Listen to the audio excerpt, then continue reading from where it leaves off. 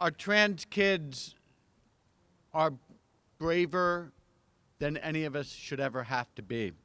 My name is Joe Hohenstein. I'm the state representative for Pennsylvania House District 177 in Philadelphia. I also want to note this is not a session day, so not many of us are here, but I am joined by my colleague from Lancaster County, Izzy Smith-Wade-L.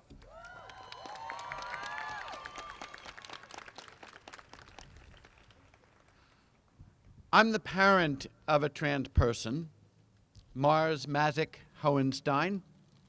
Mars would have been here today, but they're back in Philadelphia, participating in Trans Day of Visibility events there.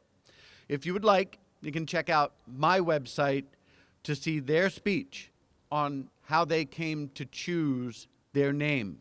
They gave that speech in an event where we were talking about name change legislation that we've been fighting for here in Harrisburg. But today, we're here to talk about school equality. All children deserve to be treated equally, to participate fully in the social and academic life of their schools. They deserve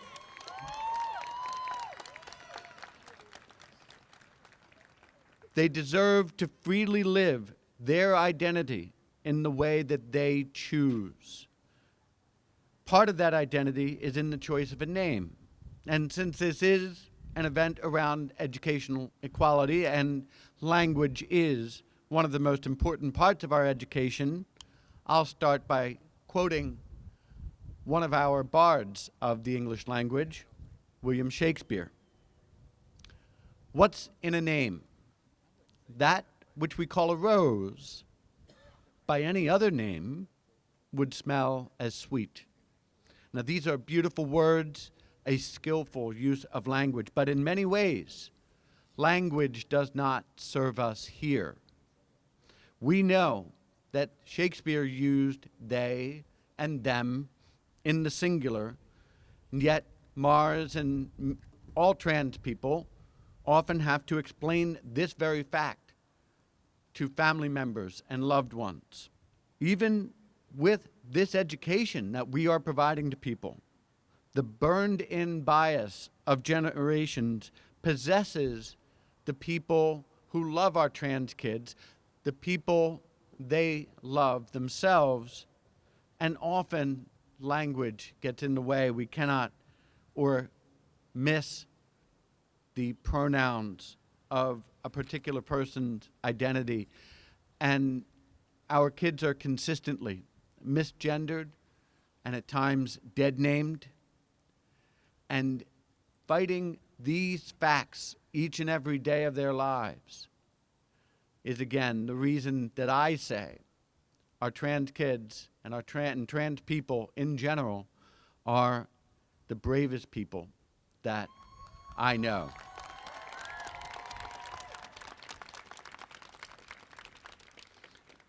And I apologize, I'm going to give one more quote from Shakespeare. They have to suffer slings and arrows of outrageous fortune. But they continue to move forward and live a life that is true to their own self. And I'll avoid making a Shakespeare reference there. But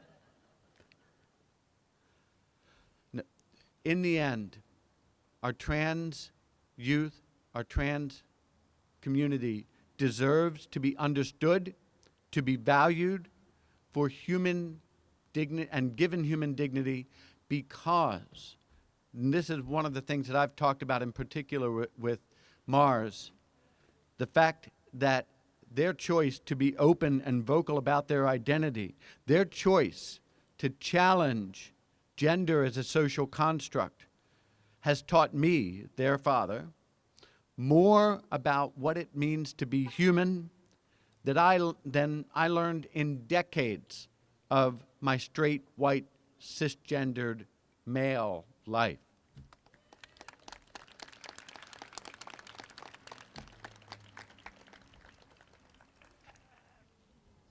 And in the end, That is the main point that we have to stand for when we stand for educational equality. We have to understand education and learning is a lifelong process, that we have much to learn from everyone who crosses our paths, that we need to provide the space for all of our children to flourish and know that they are valued and seen. Thank you. And we need to learn the lessons of language from them. So I want to say thank you today to all of the organizations who are standing forward on these issues. Thank you to my child, Mars, to Ollie, and all trans people who live their own true lives. And thank you to all people who understand that language matters, children have value, and names have meaning.